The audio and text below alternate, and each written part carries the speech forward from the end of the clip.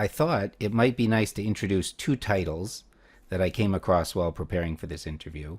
One is a title of an article you published in 2013, The Septuagint, Egypt's Greatest Gift to Western Civilization. And then in the Scripture in Transition volume, Leonard Greenspoon has an article on reclaiming the Septuagint for Jews and Judaism. So maybe those kind of give us different angles to start thinking about this big ancient phenomenon. Yeah, well, it opens up lots of interesting possibilities in terms of thinking about this particular version of the scriptures. And I think I'd start off by saying it represents, I think, the first example in history, really, of an endeavor to translate the Jewish scriptures into another language.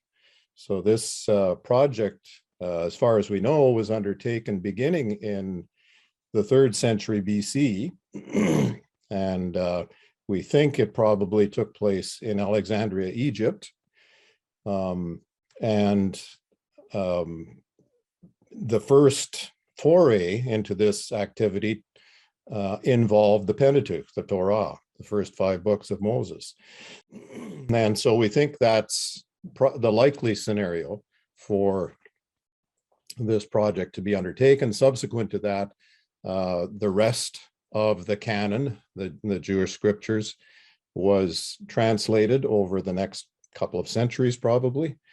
And then other books, which were part of the, I guess, the corpus of Jewish writings, which are usually applied, or the terminology of apocrypha or pseudepigrapha is applied to them, were being written during this period of time. And some of those were, in fact, original Greek compositions, others were translations.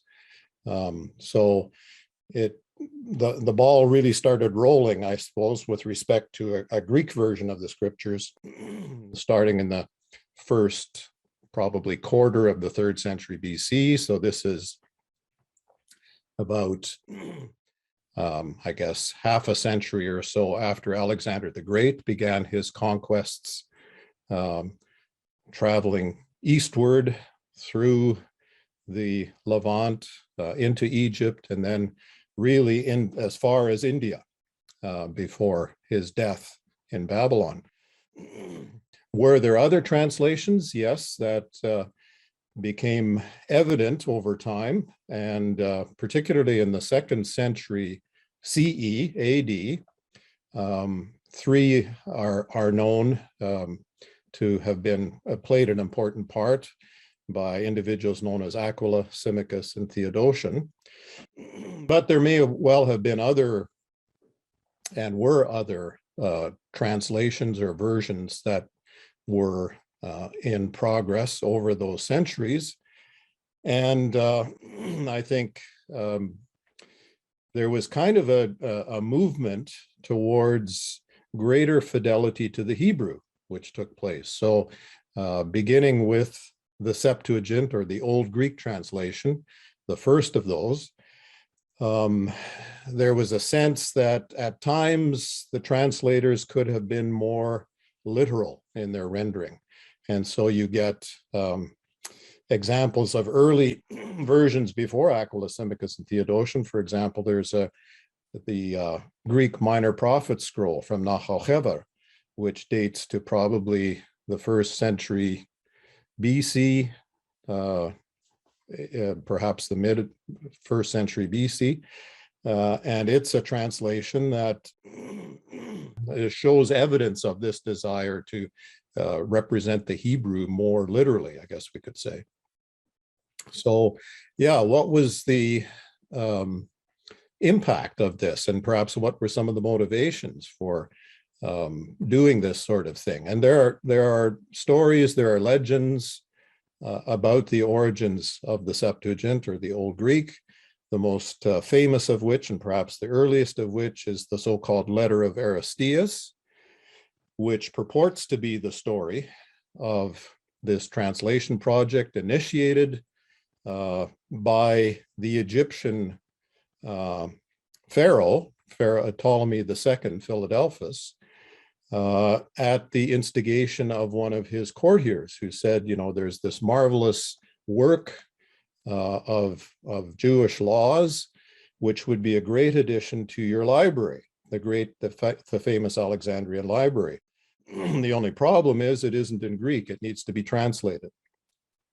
And so one thing led to another. There was a letter written to the high priest in Jerusalem named Eleazar, and a delegation went, and there was, great collegiality, formality, and what happened was that the high priest commissioned 6 scholars from each of the 12 tribes to accompany the scroll of the Torah written in letters of gold to Alexandria, where these 72 translators worked at it, and as though it were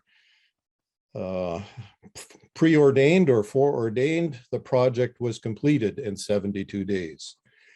And that's the story from which we get the terminology of Septuagint, the idea, or the word 70 in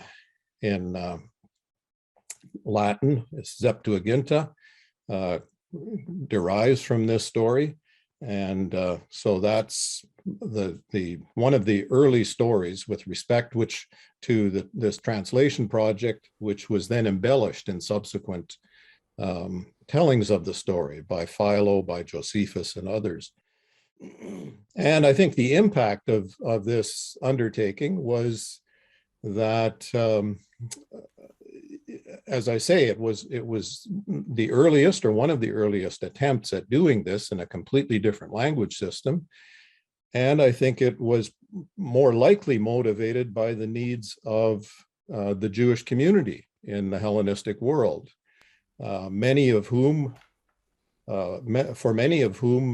Greek or Hebrew would have been a language of synagogue activity and that sort of thing, but their lingua franca would, in many cases, particularly in places like Alexandria, would have been Greek.